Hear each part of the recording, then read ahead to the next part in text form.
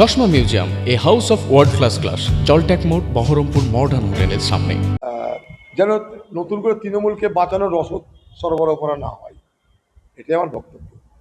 ব্যাপারটা ঘুরে যাচ্ছে আস্তে আস্তে, চোর লুটেরা তদন্ত হবে, টাকা ধরা পড়বে, এইসব শুনতে শুনতে মানুষ অভ্যস্ত ছিল। আজ ব্যাপারটা ঘুরে যাচ্ছে, সেই আলোচনা থেকে সরে যাচ্ছি আমরা, এখন ধস্তাধস্তিতে পৌঁছে গেছি।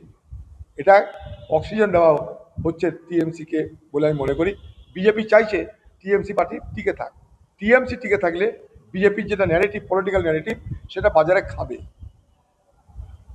অর্থাৎ টিএমসি সম্পর্কে যে মানুষের ধারণা, সেই ধারণাটা টিকে থাকার জন্য টিএমসিকে বাঁচিয়ে রাখতে হবে। টিএমসিকে বাঁচালে তবে তো বিজেপি তাকে আক্রমণটা করবে। ব্যাপারটা আমি বোঝাতে চেষ্টা করছি এইভাবে, যে কথা আছে না, যে মানে একে বলছে কি, পাঞ্চিং ব্যাগ, যাকে বলে হুইপিং বয়। একজনকে দেখো, দেখে তাকে চাবুক মারো চাবুক মারো চাবুক মারো, যাতে সে সবসময় প্রাসঙ্গিক থাকে। তো টিএমসিকে বিজেপি পাঞ্চিং ব্যাগের মতন ব্যবহার করে। তাই পাঞ্চিং ব্যাগ যদি হারিয়ে যায়, তাহলে কাকে পাঞ্চ করবে, মারবেটা কাকে, বলবেটা কাকে? তাই বাঁচিয়ে রাখার ব্যবস্থা হচ্ছে এগুলো, আর কিচ্ছু না। প্রচুর মানুষের মৃত্যু হয়েছে, কী সব খবর আসছে এগুলো। এখন যত দিন যাবে তত দেখবেন খবর হবে, মৃত্যুর সংখ্যা বাড়বে। এর ভয়ঙ্কর ব্যাপার হয়েছে ওখানটায় না, ভূমিকম্প, ভূস্খলন, আপনার হিমবাহ নেমে আসা, কি হয়েছে না হয়েছে কেউ আন্দাজে বলতে পারে না এগুলো।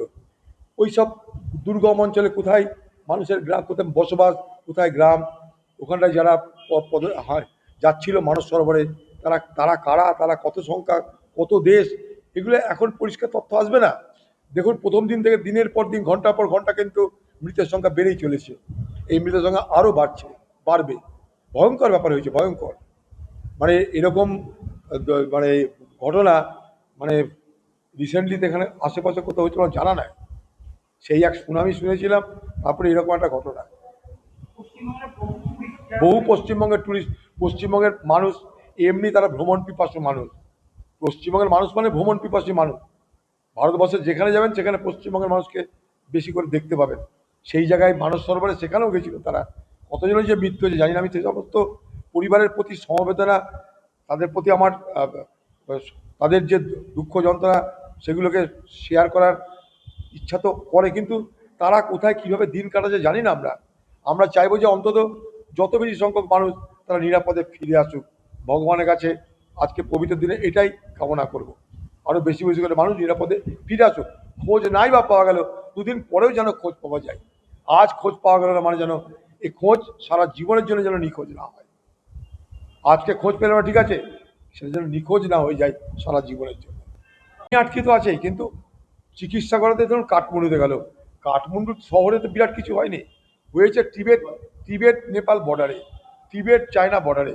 চায়নার খবর বলতে পারবো না, কারণ তাতে সব কিছু গোপন থাকে। নেপালের সঙ্গে আমাদের সম্পর্ক ভালো, নেপালের সঙ্গে আমাদের যোগাযোগ আছে, এবং ভারতবর্ষের মানুষ নেপাল দিয়েই যায়।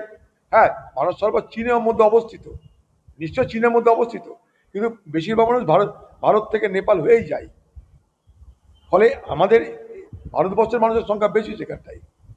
ভারতবর্ষ সরকারকে অনুরোধ করব, আরও বেশি বেশি করে ত্রাণ কার্যের সহযোগিতায় তারা এগিয়ে যাক।